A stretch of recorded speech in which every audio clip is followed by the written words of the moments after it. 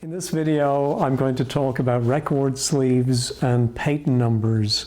So just as a warning, do not operate heavy machinery if you're watching this video. In fact, I wouldn't even use a toaster if I were you.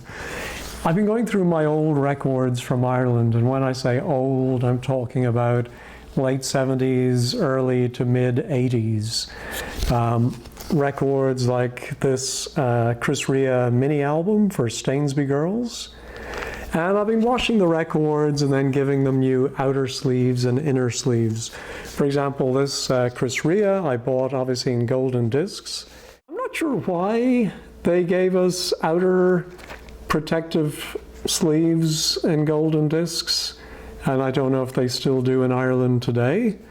You can see this one has gone a little bit yellow, a little bit disgusting, so I may hang on to one of them just for sentimental reasons, but they're a little bit grimy, so I'll be giving everything a new outer sleeve, and I'm just using cheap 2mm outer sleeves to protect them. And then after I clean the records, I'm putting them in new inner sleeves. I'm using these cheap knockoffs, I think, of MoFi style sleeves with the sheet of rice paper inside. It may surprise some of the younger viewers to know that we actually had poly-lined and anti-static inner sleeves back in the day. In the Irish Civil Service, I worked with a fellow called Seamus O'Flaherty. If Seamus is watching this, hope everything is going well. Seamus was really an audiophile at a time when it was neither profitable nor popular.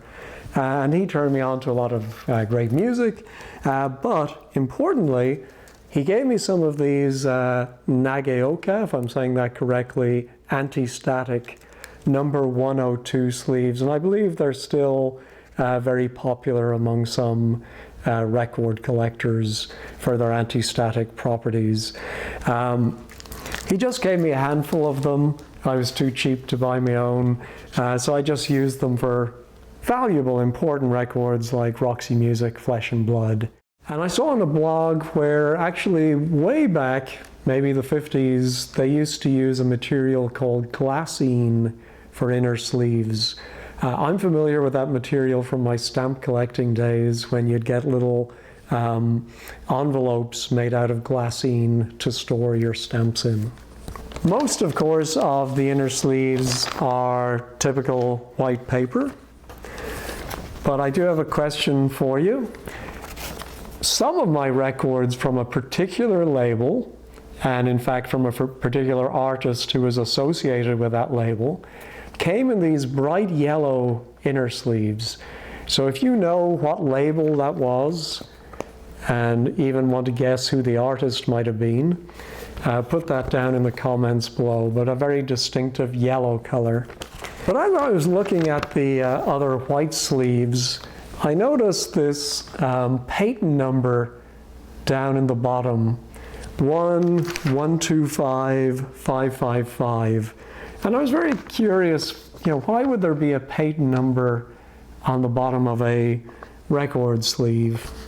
So I was able to go online and find the patent information for both this original patent number and then two other patents. They were all from the same packaging company, Hayes Mill Limited in Middlesex. And the very first one actually is interesting because that talks about having a paper outer sleeve with a, they call it polythene inner, and how that would come in a tube. You would put that polythene inside the paper, fold up the paper to make the inner sleeve, and thereby, by having a fold at the bottom, seal off the poly-lined inner. The later patents, interestingly enough, drop the reference to that poly inner.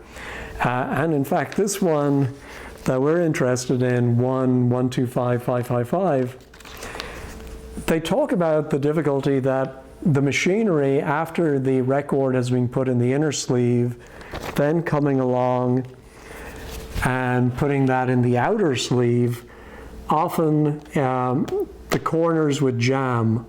And so the patent is simply to say, let's cut off the corners. And of course it goes into a little bit more detail about how you would actually manufacture that, how you would have to cut the paper originally and then fold it up and seal it in order to have your inner sleeve with no corners. If there are any descendants of Frederick Stanley Brady and John Grayling Major, we salute your ancestors' great advances on behalf of record buyers around the world.